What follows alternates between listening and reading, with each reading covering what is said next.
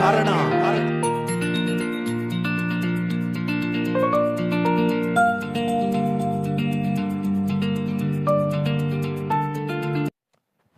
Hallelujah.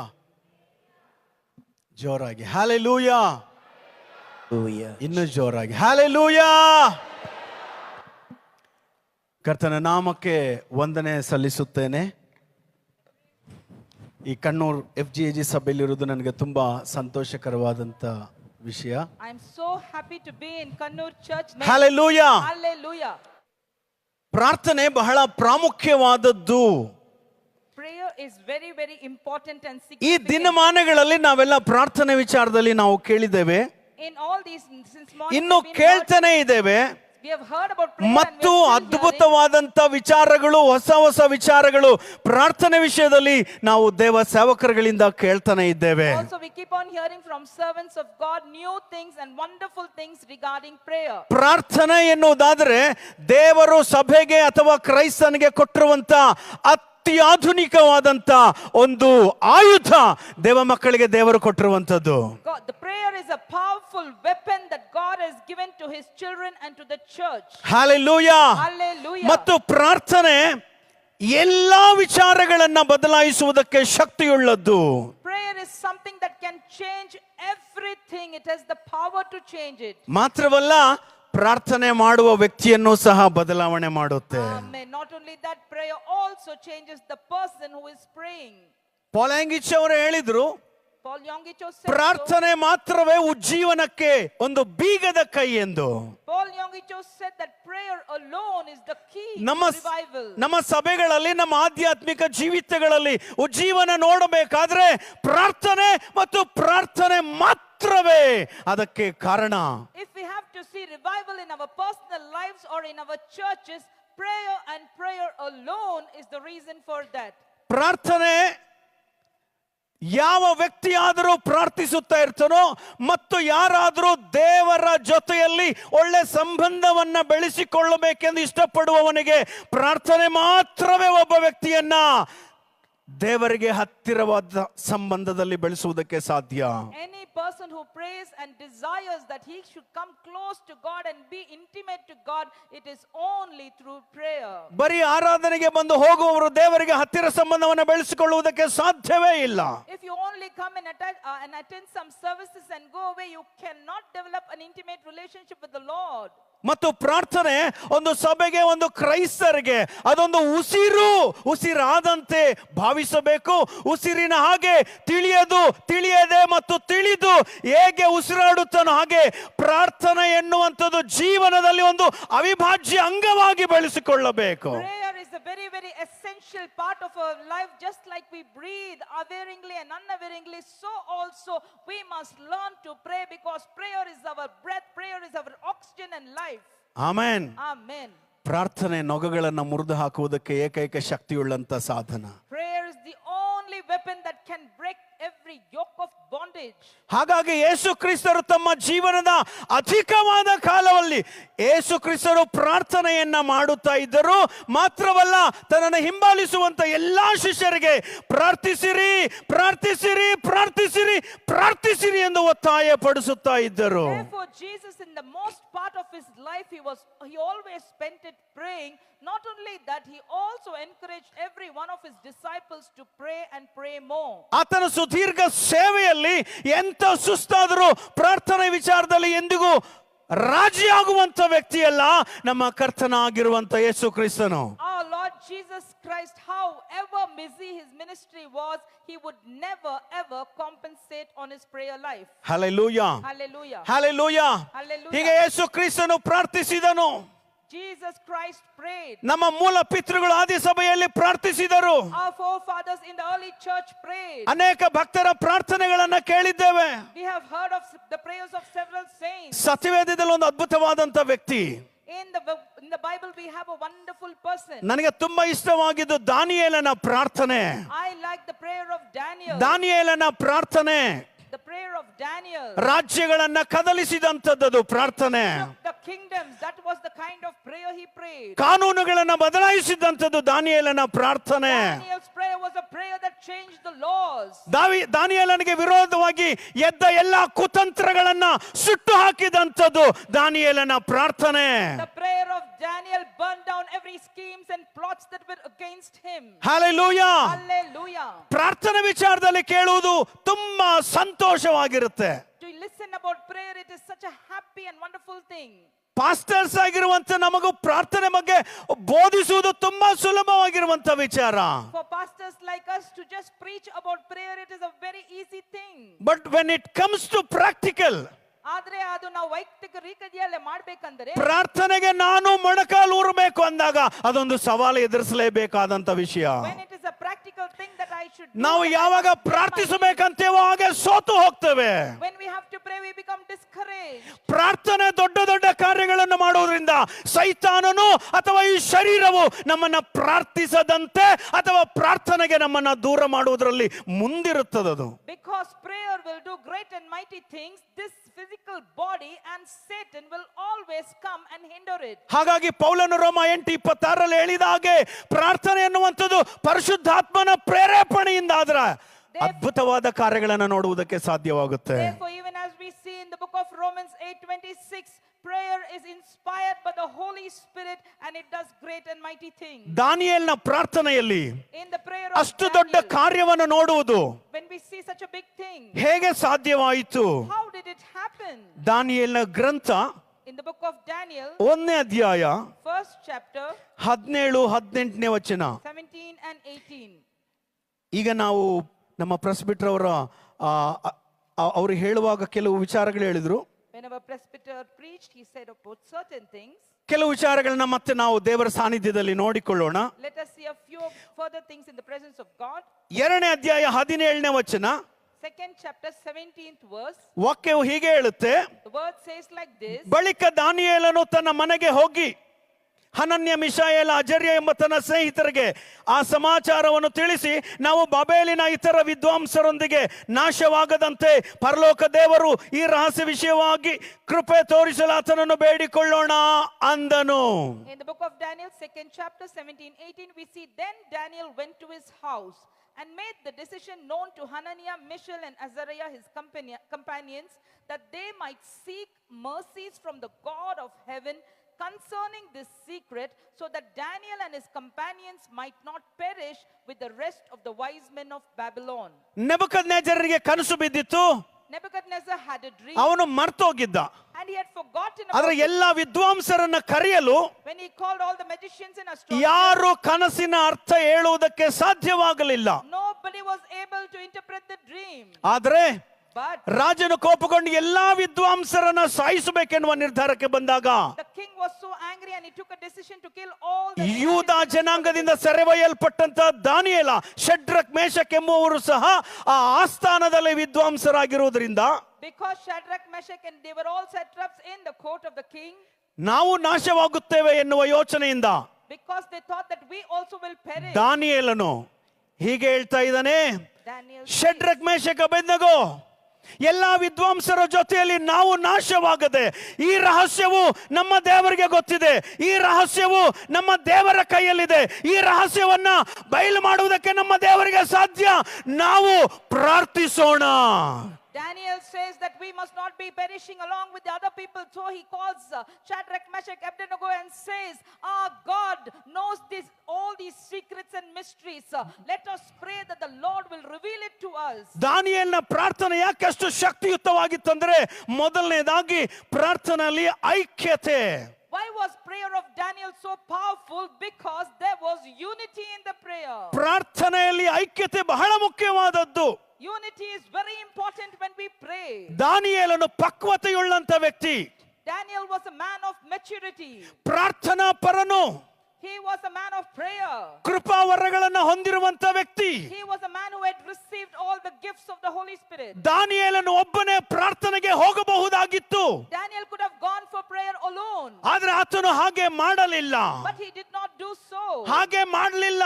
He did not do ನಾನೇ so. ಪ್ರಾರ್ಥನೆ ಮಾಡಿ, ನಾನೇ ಕನಸಿನ ಅರ್ಥ ತಿಳಿದುಕೊಂಡು ಅದರ ಎಲ್ಲ ಕ್ರೆಡಿಟ್ ನಾನೇ ಹೊಂದಿಕೊಳ್ಳಬೇಕು ಎನ್ನುವ ಯೋಚನೆ ದಾನಿಯೇಲನಲ್ಲಿ ಕಿಂಚಿತ್ತಾದರೂ ಇರಲಿಲ್ಲ. Hallelujah. Daniel did not not have even a bit of desire that he alone should go and pray and receive it, the revelation from God, and get all the credit unto himself. ತೀಕ್ಷ್ಣವಾದ ರಾಜಾಜ್ಞೆ ಕೇಳಿದ ತಕ್ಷಣ ಸ್ನೇಹಿತರ ಜೊತೆಗೆ ಓಡಿ ಹೋಗಿ ಪ್ರಾರ್ಥಿಸೋಣ ನಾವು. As soon as he heard the royal decree, he went along with his friends to pray. Hallelujah. ಅವರು ಪ್ರಾರ್ಥಿಸುವಾಗ When they prayed, 19ನೇ ವಚನದಲ್ಲಿ ಹೀಗೆ ಹೇಳುತ್ತೆ, in the 19th verse we ಆಗ ಆ ರಹಸ್ಯವು ರಾತ್ರಿಯಲ್ಲಿ ಸ್ವಪ್ನದಲ್ಲಿ ದಾನಿಯೇಲನಿಗೆ ವ್ಯಕ್ತವಾಯಿತು. then the secret was revealed to Daniel in a night vision. Hallelujah.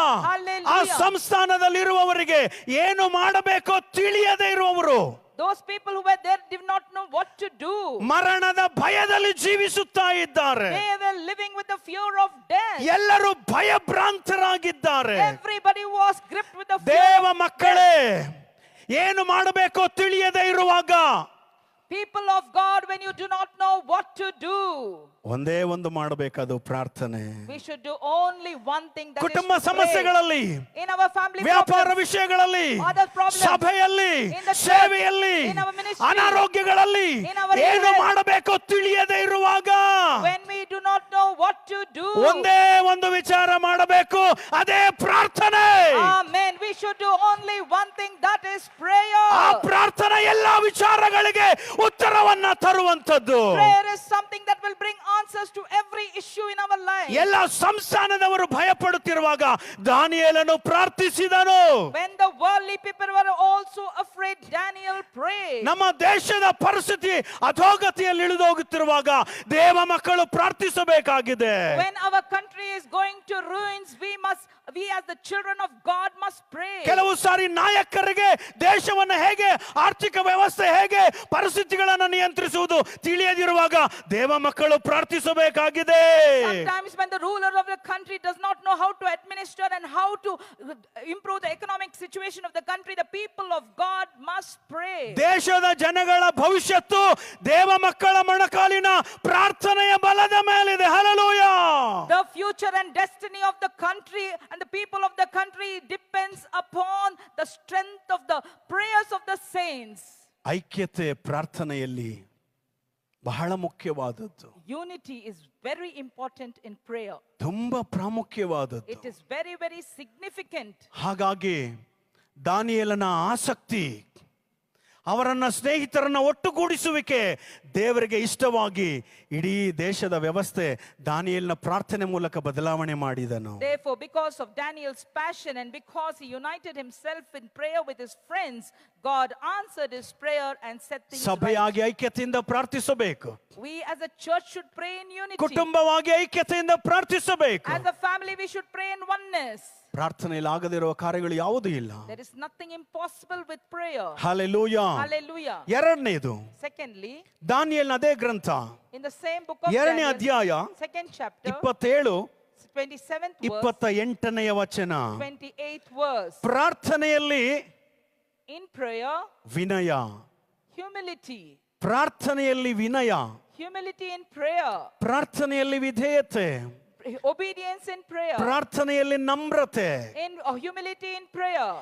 ಪ್ರಾರ್ಥನೆ ಮತ್ತು ನಡವಳಿಕೆ ಎರಡು ಜೊತೆಯಾಗಿ ಹೋಗುತ್ತಾ ಇರುತ್ತೆ. Our prayer and behavior go hand in hand. ಒಬ್ಬ ವ್ಯಕ್ತಿ ಪ್ರಾರ್ಥನಾ ಪರನಾಗಿ ತನ್ನ ನಡತೆಯನ್ನು ಕೆಡಿಸಿಕೊಳ್ಳುವಾಗ ಪ್ರಾರ್ಥನೆ ಯಾವುದೇ ರೀತಿಯಲ್ಲಿ ಕಾರ್ಯ ಮಾಡುವುದಿಲ್ಲ. When a man prays but his behavior is otherwise, then the prayer will not work. ಒಬ್ಬ ವ್ಯಕ್ತಿ ಒಳ್ಳೆ ನಡತೆಯುಳ್ಳವನಾಗಿ ಪ್ರಾರ್ಥನೆ ಇಲ್ಲದವನಾದ್ರೆ ಅವನು ಸತ್ತವನಂತೆ. If a man has good behavior and character but he has no prayer, he is like a dead person. So prayer and attitude goes together. ಪ್ರಾರ್ಥನೆ ಮತ್ತೆ ಅವರು ಹೇಗೆ ನಡಿಕೊಳ್ಳುತ್ತಾರೋ ಅದು ಒಂದಾಗಿ ಹೋಗುತ್ತದೆ. ಆತನ ಪ್ರಾರ್ಥನೆಗೆ ಅಷ್ಟು ಅದ್ಭುತವಾದಂತ ಬಿಡುಗಡೆ ಬರುವುದಕ್ಕೆ ಆತನಲ್ಲಿರುವ ವಿನಯ. ಈ 27ನೇ ವಚನ ನಾವು ಓದುತ್ತೇನೆ. The humility in Daniel's prayer was the key that brought the answer to his prayer. We read it in the verse 27. ಅದಕ್ಕೆ ದಾನಿಯೇಲನು 26ನೇ ವಚನದಿಂದ ಓದುತ್ತೇನೆ.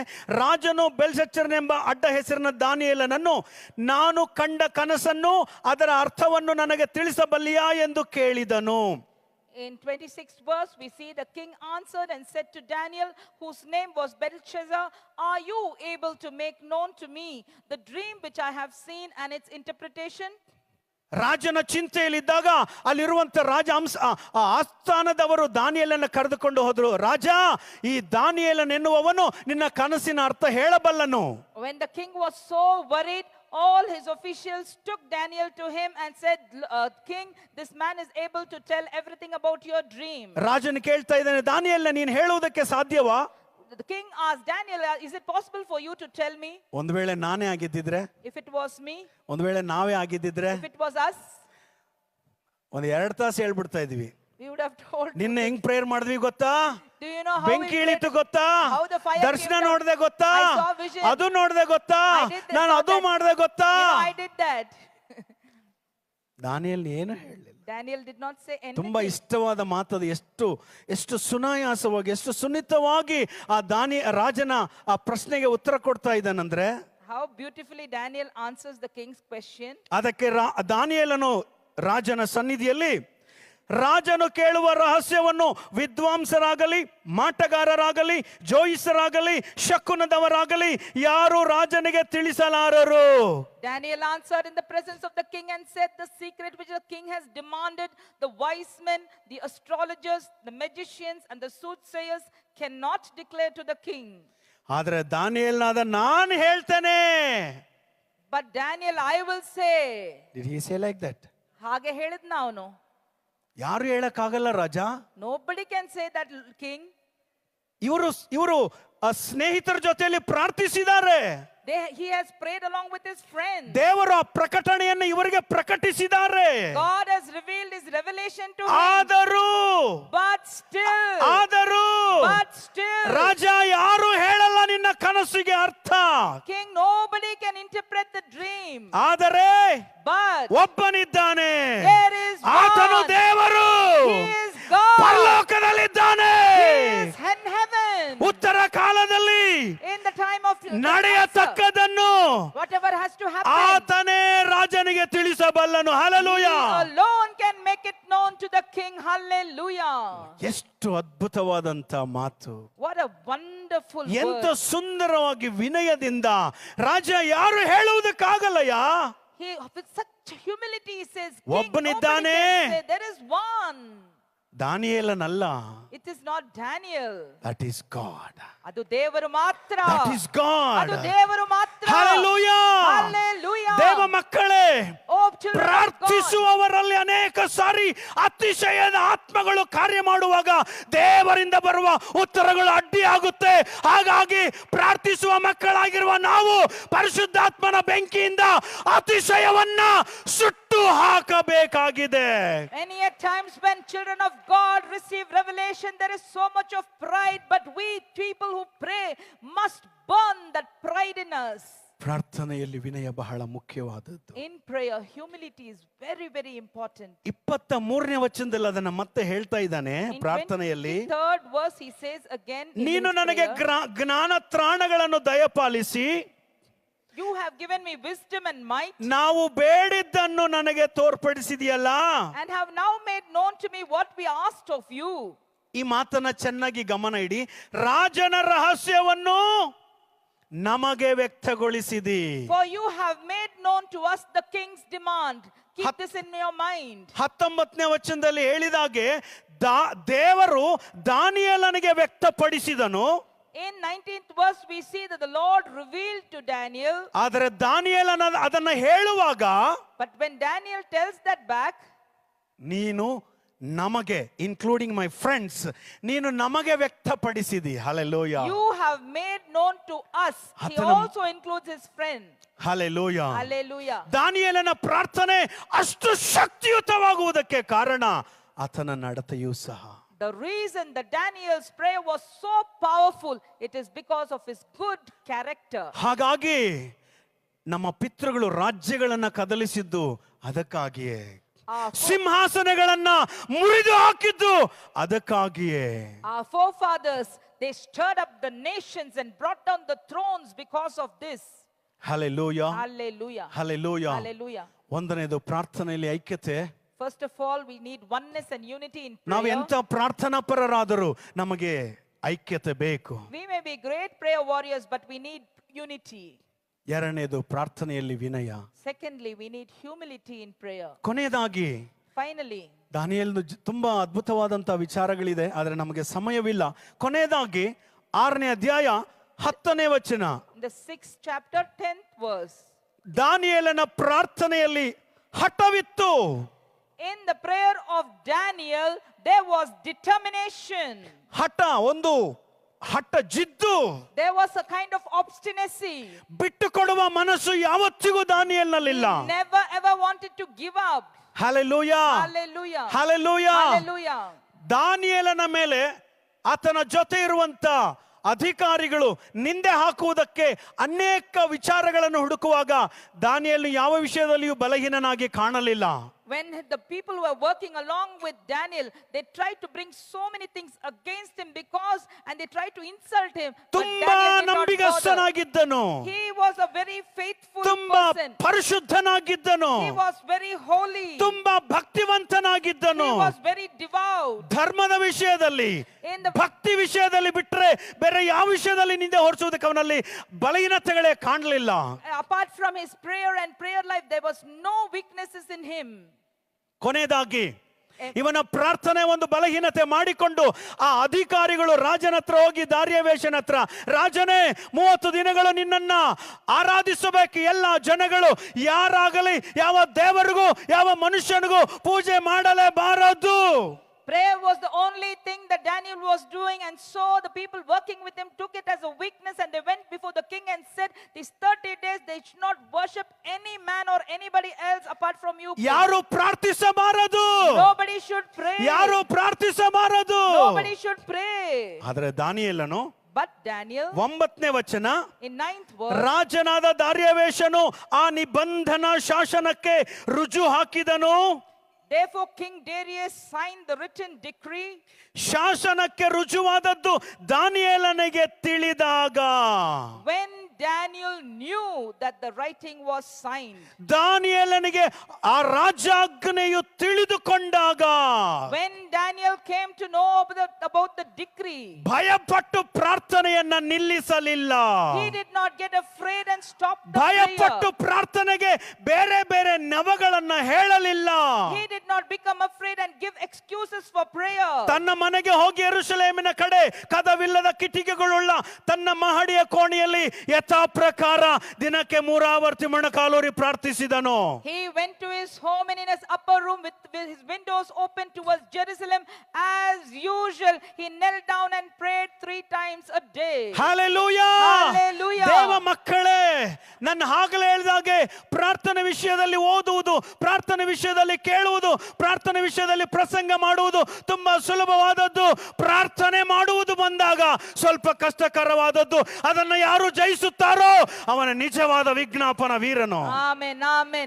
As I already told you, it is a very easy thing to hear about the prayer, to read about the prayer, to preach about the prayer. But when it comes to practically pray, the person who overcomes every challenge and prays is a true prayer warrior. ನಮ್ಮ ಪ್ರಾಂತ್ಯದ ಕಡೆ ಕೇಳುವಾಗ, ಅಮ್ಮ ಯಾಕೆ ಪ್ರಾರ್ಥನೆಗೆ ಬರಲಿಲ್ಲ, ನಿನ್ನೆ ಉಪವಾಸ ಪ್ರಾರ್ಥನೆ ಬ್ರದರ್ ಯಾಕೆ ಬರಲಿಲ್ಲ ಅಂತ ಕೇಳುವಾಗ, In our place, if we ask sister, brother, why didn't you come for the fasting prayer yesterday? ಸುಲಭವಾಗಿ ಆನ್ಸರ್ ಕೊಡ್ತಾರೆ. Very easily they will give an answer. ಸ್ವಲ್ಪ ಮೊಣಕಾಲು ನೋಯ್ತಿತ್ತು ಪಾಸ್ಟ್ರೆ, Pastor, I had knee pain. Nada Pastor. ನೋಯ್ತಿತ್ತು I ಪಾಸ್ಟ್ರೆ, had hip pain, Pastor. ಸ್ವಲ್ಪ ಏನೋ ತಲೆ ತಿರುಗದಂಗ ಆಗ್ತಾ ಇತ್ತು Pastor, I ಪಾಸ್ಟ್ರೆ. felt so giddy, Pastor. ಚಿಕ್ಕ ಚಿಕ್ಕ ವಿಚಾರಕ್ಕೆ ಪ್ರಾರ್ಥನೆಯನ್ನ ದೂರ ಮಾಡಿಕೊಳ್ಳುವಾಗ ದಾನಿಯೇಲನಂತ ವಿಚಾರವು ಬಂದಾಗ ಹೇಗೆ ಜಯಿಸುವುದು ಸಾಧ್ಯ? If we give excuses for such small things and do not pray, if we get a issue just like Daniel, what will we do then? ನಾನು ನಮ್ಮ ಸಭೆಯಲ್ಲಿ ಮೊನ್ನೆ ಹೇಳಿದೀಗೆ, ಹೊಸ ವರ್ಷದಲ್ಲಿ ಪ್ರಾರ್ಥನೆ ವಿಷಯದಲ್ಲಿ ಒಂದು ತೀರ್ಮಾನ ಮಾಡಬೇಕು. ಪ್ರಾರ್ಥನೆ ವಿಚಾರದಲ್ಲಿ ದೇವರ ಸಾನ್ನಿಧ್ಯದಲ್ಲಿ ಬಂದು ಮಾಡೋ ಪ್ರಾರ್ಥನೆ ಎಂತ ಸಮಯದಲ್ಲೂ ತಪ್ಪಿಸಿಕೊಳ್ಳಬಾರದು.